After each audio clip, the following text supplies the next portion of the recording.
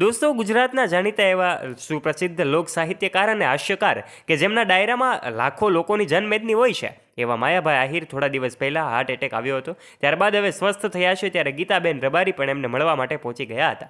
દોસ્તો, માયાભાઈ આહિરને લઈને જે કાંઈ અપડેટ સોશિયલ મીડિયા પર વાયરલ થતી હોય છે દરેક લોકો એમના વિશે જાણવા માટે આતુર હોય છે. ત્યારે હવે કચ્છી કોયલ તરીકે જાણીતા એવા ગીતાબેન રબારી માયાભાઈ આહિરના ઘરે પહોંચ્યા હતા અને એમણે એક એવી મોંઘી ભેટ આપી છે કે જે જાણીને સૌ લોકો નવાઈ પામી રહ્યા છે. દોસ્તો, આ એક એવી મોંઘી ભેટ છે કે જેની કિંમત હજારોમાં છે. ત્યારે દોસ્તો, શું તમે જાણવા માગો છો આખરે ગીતાબેન રબારીએ માયાભાઈને કઈ ભેટ આપી છે? જો જાણવા માંગતા હોય તો આ વિડીયોમાં અંત સુધી બન્યા રહેજો. અને હા, ચેનલ ઉપર નવા હો અને તમે પહેલીવાર અમારી ચેનલ ઉપર આવ્યા હોય તો બેલ આઇકન દબાવીને અમારી યુટ્યુબ ચેનલને અવશ્ય સબસ્ક્રાઇબ કરી લેજો, કારણ કે અમે આવા ને આવા રસપ્રદ વિડીયોઝ તમારા સુધી પહોંચાડતા રહીએ છીએ. આપણે જાણીએ છીએ ગીતાબેન રબારી એટલે કે કચ્છી કોયલ તરીકે ઓળખાય છે. એમના ગીતો પણ અહીંયા બધાને સાંભળવા ગમે છે. ત્યારે માયાભાઈ આહિરના એ હાસ્યની દુનિયામાં એમનું ખૂબ મોટું નામ છે. ત્યારે હોસ્પિટલથી સ્વસ્થ થયા બાદ હવે પોતે પોતાના ઘરે પહોંચ્યા હતા ત્યારે એમનું ભવ્ય સ્વાગત પણ કરવામાં આવ્યું હતું.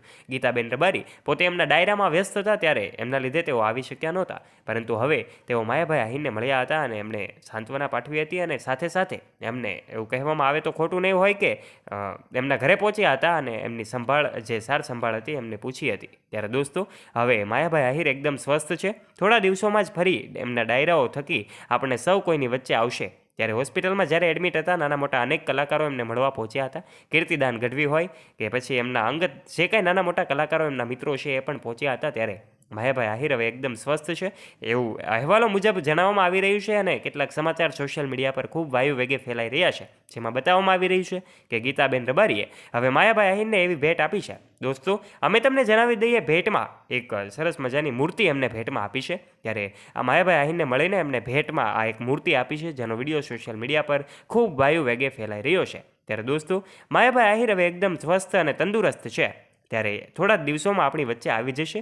ત્યારે હાલ આ ગીતાબેન રબારી દ્વારા આપવામાં આવેલી આ નાનકડી એવી ભેટ જે ચર્ચાનો વિષય બની છે, ત્યારે સોશિયલ મીડિયા પર એને તમામ તસવીરો વાયરલ થઈ છે. થોડા દિવસ પહેલાં કીર્તિદાન ગઢવી પણ એમને હોસ્પિટલે મળવા માટે પહોંચ્યા હતા. કીર્તિદાન ગઢવી એમના જે કાંઈ માયાભાઈ આહિરના નાના દીકરાના લગ્ન સમારોહમાં પણ એટલે કે જયરાજ હતા આહિરના લગ્ન સમારોહમાં પણ તેઓ ઉપસ્થિત થયા હતા, જેમાં પણ તેઓ માયાભાઈને મળીને એમના જે ભાવુક દ્રશ્યો સર્જાયા હતા એની વિડીયોઝ અને ફોટોઝ ક્લિપ પણ સોશિયલ મીડિયા પર ખૂબ વાયરલ થઈ હતી. એ પણ કદાચ તમે જોઈ છે. ત્યારે હવે માયાભાઈ આહિર એકદમ સ્વસ્થ થતાની સાથે જ પોતાના ચાહક મિત્રોને, ફ્રેન્ડ્સને એમણે સોશિયલ મીડિયામાં એક વિડીયો શેર કર્યો હતો અને આ વિડીયોમાં પોતે એકદમ સ્વસ્થ છે અને એકદમ રેડી છે એવો મેસેજ તમામ સોશિયલ મીડિયાના પોતાના મિત્રોને પહોંચાડ્યો હતો. જે વિડીયો પણ કદાચ તમે જોયો હશે. ત્યારે મહેસાણા જિલ્લામાં પોતે એક પ્રોગ્રામમાં હતા ત્યારે આ તમામ ઘટનાઓ બની હતી. જે ઘટનાઓ વિશેની જાણકારી તમારી પાસે હશે જ તે. ત્યારબાદ હવે તેઓ એકદમ સ્વસ્થ થઈ ગયા છે અને થોડા જ દિવસોમાં ફરી એમના ડાયરાઓ લોકો વચ્ચે થશે અને હવે ગીતાબેન રબારીને આ ભેટ હવે ચર્ચાનો વિષય બની છે.